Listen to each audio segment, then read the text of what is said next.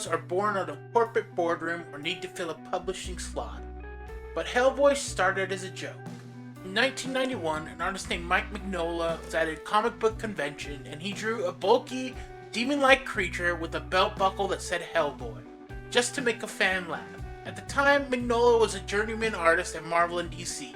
He was drawing Batman, he was drawing Wolverine, but he was getting bored. He wanted to draw the things he loved: old graveyards, crumbling statues, Victorian ghost stories, and heavy oppressive shadows. He realized that if he wanted to draw those things, he couldn't do it in Gotham or Metropolis. He had to build a world around a character that fit his aesthetic. And so, that convention sketch became the foundation for one of the most cohesive sagas in the history of the medium. What makes Hellboy stand out in the real world is that its creator, in an industry where Batman and Spider-Man are passed from writer to writer for 80 years, Hellboy has one primary voice. Mike had a beginning, a middle, and an end in mind from the start. When you read Hellboy, you aren't just reading a comic, you're looking at a singular man's obsession with folklore and shadows. That's why the story feels so grounded, despite being about a red demon with a stone hand. Now, let's look at the story Mike Mignola decided to tell.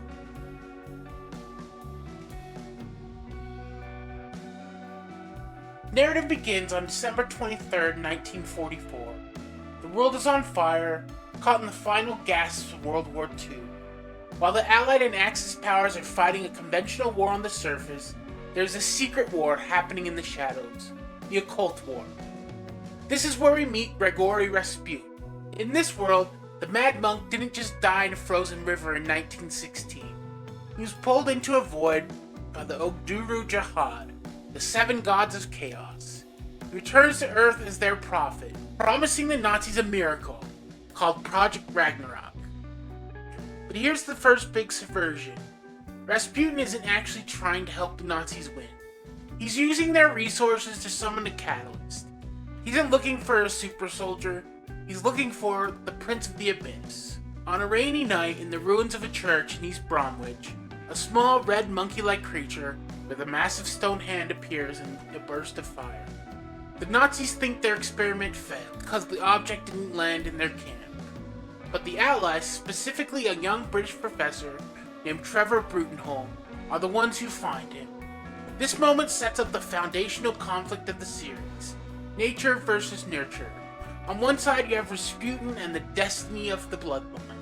To the forces of hell, this child is Anung Unrama, the great beast, the one who is destined to ride the dragon and burn the world. To them, he is a biological machine built for the apocalypse. On the other side, you have Professor Brutenholm. He doesn't see a weapon or an omen, he sees a boy. He gives him a name, Hellboy, and more importantly, he gives him a choice. He raises him on Air Force bases with comic books, candy, and moral compass. This brings us to the most iconic part of his design, the right hand of Doom. In any other comic, a giant stone hand would just be a super punch mechanic. But in Mignola's lore, that hand is the literal, physical key to the lock of the Abyss. It is the only thing that can release the Ogduru Jihad from their cosmic prison. Think about the psychological weight of that. Hellboy carries the trigger for the end of existence on his own wrist. He didn't ask for it, he can't take it off, and he can't hide it. It is a constant heavy reminder that he was manufactured for a purpose he finds disgusting. This is why Hellboy files his horns down. It's not just a grooming habit, it's a daily act of spiritual defiance. Every time he grinds them down to those flat, circular stumps, he is telling the universe, I am not your king, I am not your beast, I am just a guy.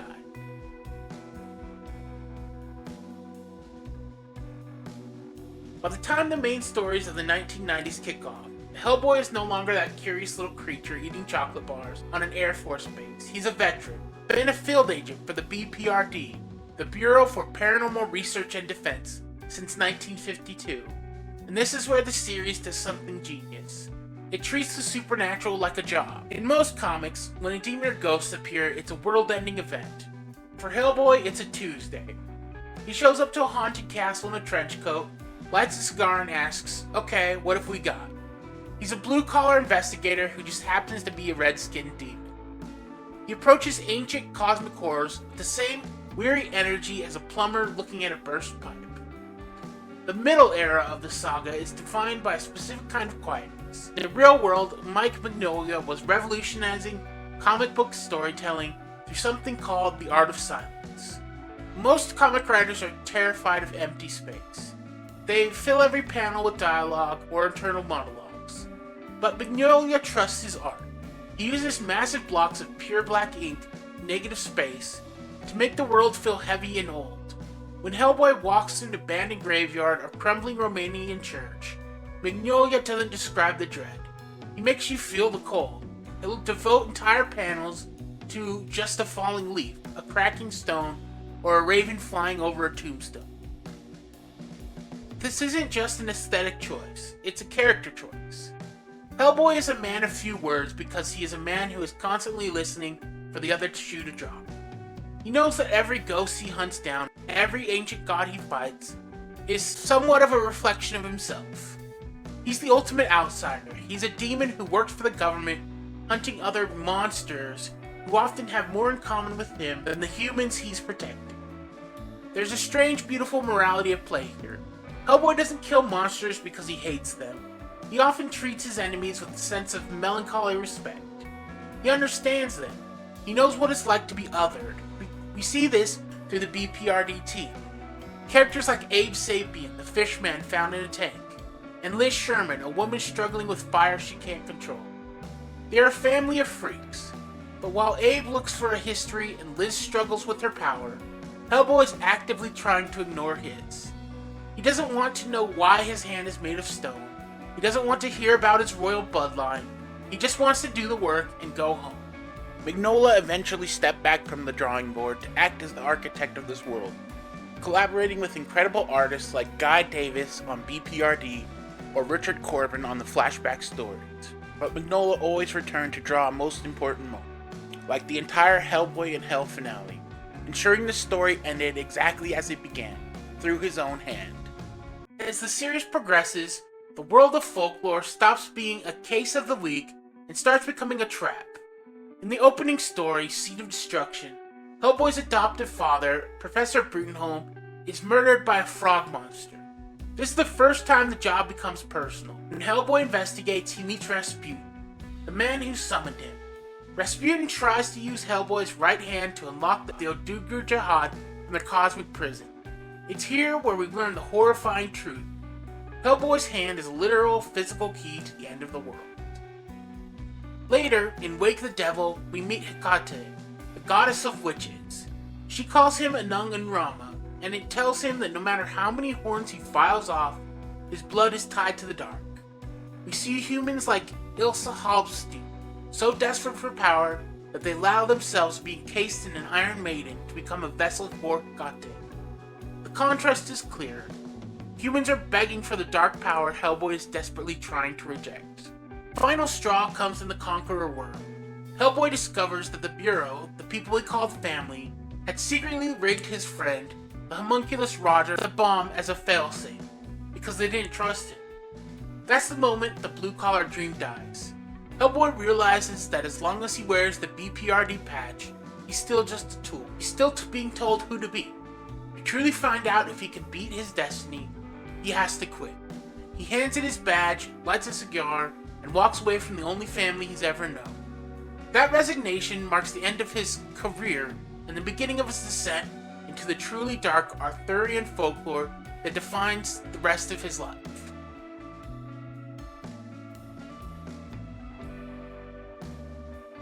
When Hellboy leaves the BPRD, he isn't just quitting a job, he's losing his anchor to the human world. This marks the beginning of a period of self-imposed exile that transforms the series from a paranormal procedural into a heavy mythic epic. Without the Bureau, Hellboy is no longer an investigator. He becomes a wanderer, a ghost of himself drifting through global folklore. He spends years traveling through Africa and the bottom of the ocean, trying to find a version of himself that isn't defined by his stone hand or his demonic father. But this isn't filler, this is Mignola stripping the hero down to his core. In the story The Third Wish, Hellboy is dragged to the bottom of the sea, betrayed and bound in chains by mermaids who are terrified of his prophecy. Later, in Darkness Calls, he's forced to make a deal with Baba Yaga, the legendary Russian witch, whose eye he shot out years prior. To gain passage through a spirit realm, Hellboy plucks out one of his own eyes and hands it to her.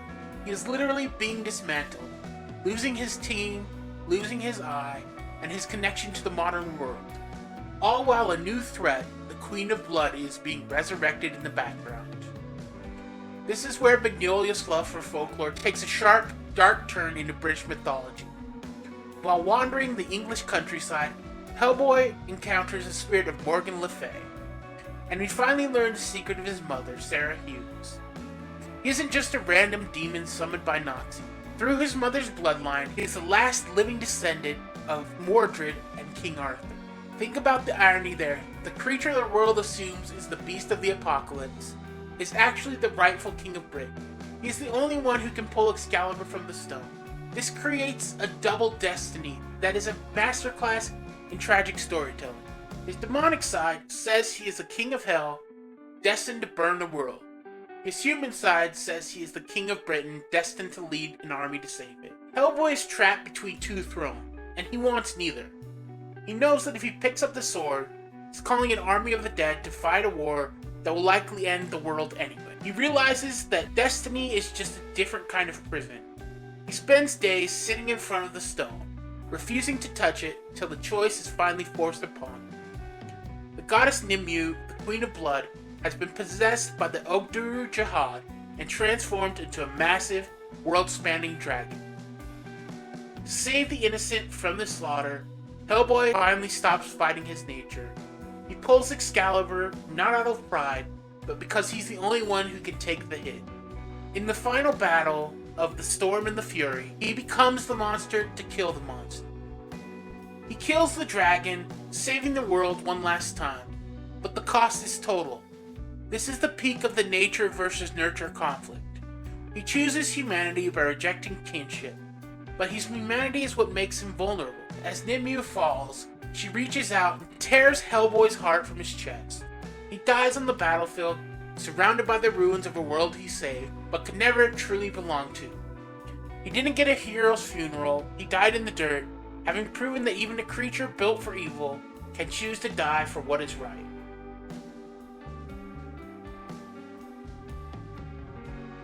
In any other comic book franchise, death is a revolving door, a temporary setback before the next big reboot. But when Hellboy dies at the hands of Nimue, the story doesn't reset. It evolves into its most surreal and final form. The chapters of Hellboy and Hell are the most abstract and haunting pages Mike Mignola ever drew. When Hellboy wakes up in the abyss, it isn't fire and brimstone of classic mythology. Instead, he finds a silent Victorian wasteland.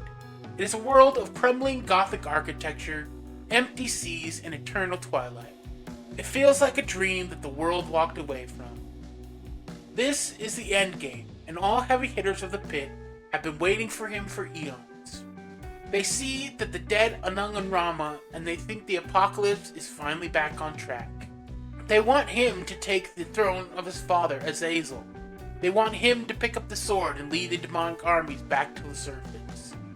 They believe that because he is dead and stripped of his human life, he finally has no choice but to embrace his nature.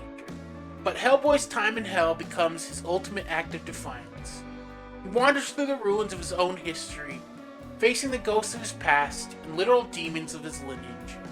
In one of the most shocking and surreal moments in the series, Hellboy encounters Satan himself, who has fallen into a deep ancient sleep. In a move that signals the end of all demonic bureaucracy, Hellboy kills him. He doesn't do it to take the crown. He does it to ensure the throne remains empty forever. Hellboy systematically liquidates the hierarchy of the pit, kills the lords of hell, he puts out the fires of the capital city, Pandemonium, and effectively destroys the machine of the afterlife. He realizes that as long as there is a king of hell, there is a threat to the world above. By destroying the kingdom, he finally breaks the prophecy. The saga reaches its peak with a sequence that is almost entirely silent. There are no more secret agents, no more magic swords, and the right hand of doom is finally, for the first time since 1944, still. Hellboy wanders away from the wreckage of the pandemonium and finds a quiet, empty corner of the abyss. Finds a small house with a garden, far away from any gods, monsters, or kings. He didn't save the world by ruling. He saved it by being the only person in history strong enough to walk away from absolute power. He settles into the silence, finally achieving one thing he spent his entire life fighting for. He is no longer a thing, a weapon, or a king. He is just himself. If you're looking for a happy ending, where Hellboy gets resurrected and goes back to work at the Bureau, you won't find it. Hellboy stays in Hell, but Mignola's world, that isn't a defeat. Hell was the only place left where the world couldn't reach him, the only place where he wasn't a weapon or a king. He didn't end up in a pit of fire, he ended up in a quiet garden of his own making. He's still there, in the silence, finally owning the one thing he was always denied, his own peace. So, why does Hellboy work so well? I think it comes down to one word: restraint. In the world of the big two publishers, characters are corporate assets. They are designed to never change, never age, and most importantly, never end. But Mike did something radical. He gave Hellboy a life, and then he gave him the dignity of a death that actually meant something. Because he was the main architect, we got to see a character actually grow. We saw him go from a curious child eating pancakes to a wary veteran, and finally to a man who was tired of being a pawn in everyone else's game. Hellboy is the ultimate nature versus nurture success story. It's a 20-year-long argument that your bloodline, your birthright, and the destiny people try to shove into you don't mean a damn thing. What matters is the man who raised you, the friends who stood by you, and the choices you make when no one is watching.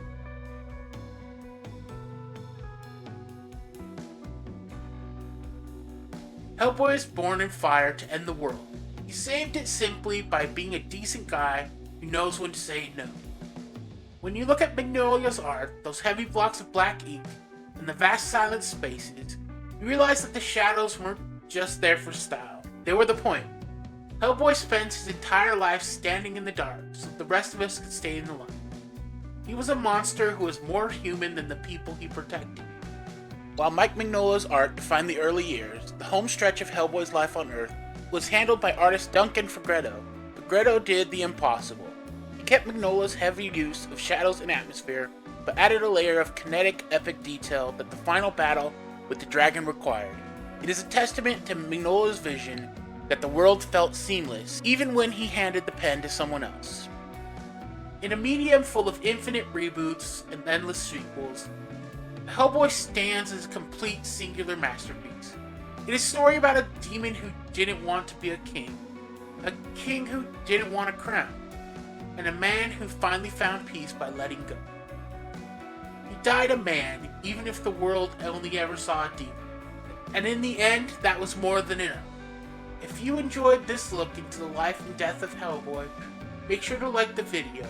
It really does help more than you think, especially with these longer deep dives. And if you're new here, consider subscribing. Most of the time, I'm navigating the chaotic, never-ending cycles of the big two.